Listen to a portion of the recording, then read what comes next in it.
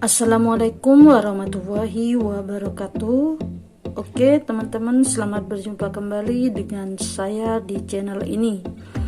Sebelum saya lanjut, saya doakan mudah-mudahan hari ini dalam keadaan sehat walafiat. Terima kasih telah menonton video ini dan mengklik video ini. Sebelumnya tolong atau dukung channel ini bersama-sama. Caranya gampang sekali, cukup Anda subscribe lalu Anda tekan tombol loncengnya. Di ulasan kali ini saya akan menjelaskan tentang bagaimana cara mengobati penyakit batuk berdahak. Tentunya Anda sangat terganggu sekali jika Anda mengalami yang namanya penyakit batuk berdahak. Di sini saya akan beri solusi kepada Anda. Untuk solusinya cukup mudah dan sangat terjangkau sekali.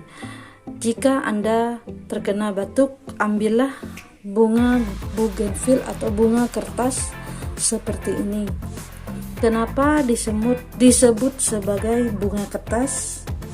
Karena bunga ini sangat tipis dan bunganya jika disentuh mirip sekali seperti kertas.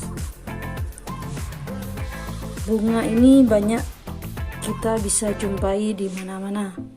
Nah, di sini saya akan menjelaskan fungsi bunga bougainville atau bunga kertas ini untuk mengobati batuk berdahak. Caranya mudah sekali. Cukup Anda kukus bunga kertas ini. Kukuslah bunga kertas dan berilah sedikit air.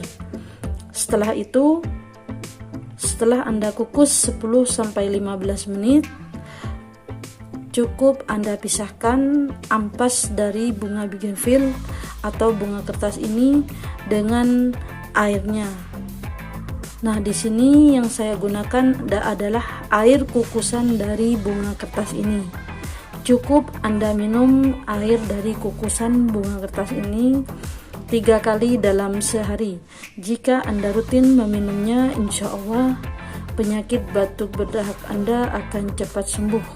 Mudah-mudahan Anda yang dalam keadaan sakit, saya doakan cepat sembuh ya. Sebelum saya akhiri, dukung channel ini bersama-sama. Caranya gampang, cukup Anda subscribe, tekan tombol loncengnya, like dan komen. Saya akhiri, assalamualaikum warahmatullahi wabarakatuh.